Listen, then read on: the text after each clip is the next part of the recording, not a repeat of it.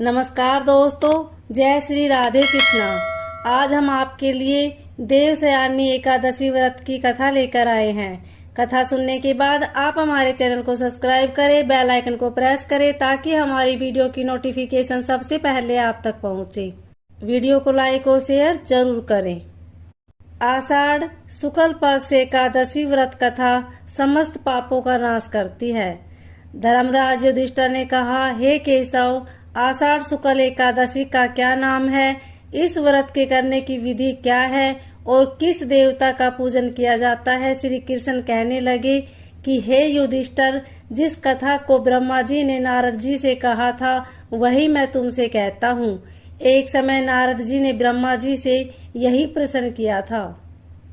तब ब्रह्मा जी ने उत्तर दिया कि हे नारद, तुमने कलियुग जीवों के उद्धार के लिए बहुत उत्तम प्रश्न किया है, क्योंकि देवशयनी एकादशी का व्रत सब व्रतों में उत्तम है। इस व्रत से समस्त पाप नष्ट हो जाते हैं और जो मनुष्य इस व्रत को नहीं करते वे नरकगामी होते हैं।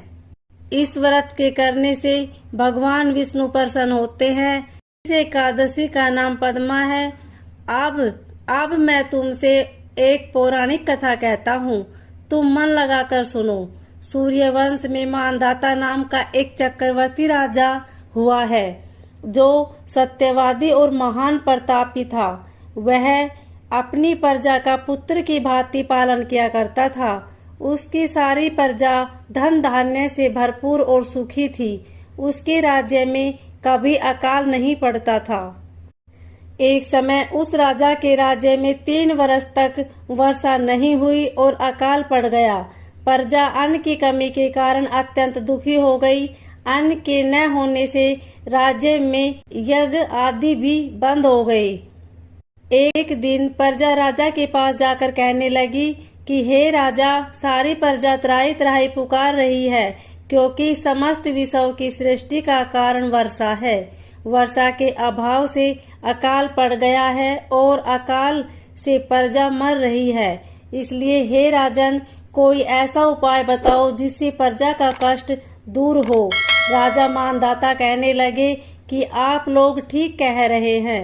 वर्षा से ही अन्न उत्पन्न होता है और आप लोग वर्षा न होने से अत्यंत हो गए हैं। मैं आप लोगों के दुखों को समझता हूँ। ऐसा कहकर राजा कुछ सेना साथ लेकर वन की तरफ चल दिया। वह अनेक ऋषियों के आश्रम में भ्रमण करता हुआ अंत में ब्रह्मा जी के पुत्र अंगिरा ऋषि के आश्रम में पहुंचा। वहां राजा ने घोड़े से उतरकर अंगिरा ऋषि को प्रणाम किया। मुनि ने राजा को आशीर्वाद देकर कुशल क्षेम के पश्चात उनसे आश्रम में आने का कारण पूछा। राजा ने हाथ जोड़कर विनीत भाव से कहा कि हे भगवान, सब प्रकार से धर्म पालन करने पर भी मेरे राज्य में अकाल पड़ गया है। इससे प्रजा अत्यंत दुखी है। राजा के पापों के प्रभाव से ही प्रजा को कष्ट होता है, ऐसा शास्त्रों में कहा गया है। जब मैं धर्मानुसार राज्य करता हूँ तो मेरे राज्य में अकाल कैसे पड़ गया, कि इसके कारण का पता मुझको अभी तक नहीं चल सका।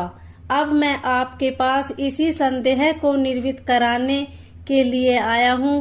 कृपया करके मेरे इस संदेह को दूर कीजिए, साथ ही प्रजा के कष्ट को दूर करने का कोई उपाय बताइए।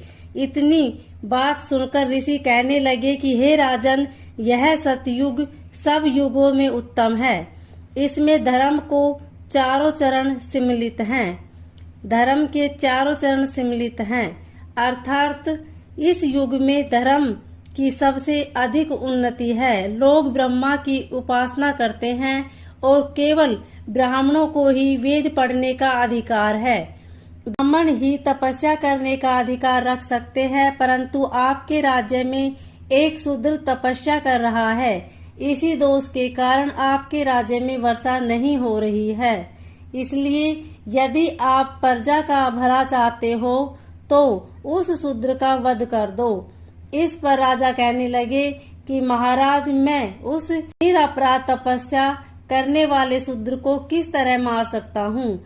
आप इस दोष से छूटने का कोई दूसरा उपाय बताइए। तब ऋषि कहने लगे कि हे राजन, यदि तुम अन्य उपाय जानना चाहते हो तो सुनो।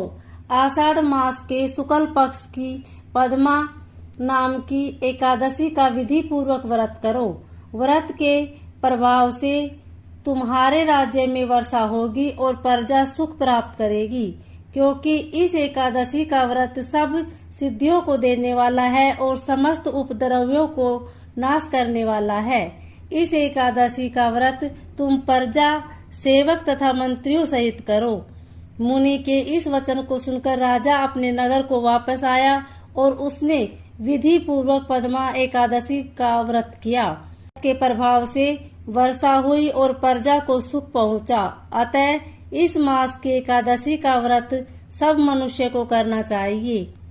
यह व्रत इस लोक में भोग और परलोक में मुक्ति देने वाला है। इस कथा को पढ़ने और सुनने से मनुष्य के समस्त पाप नष्ट हो जाते हैं। ओम नमो भगवते वासुदेवाय।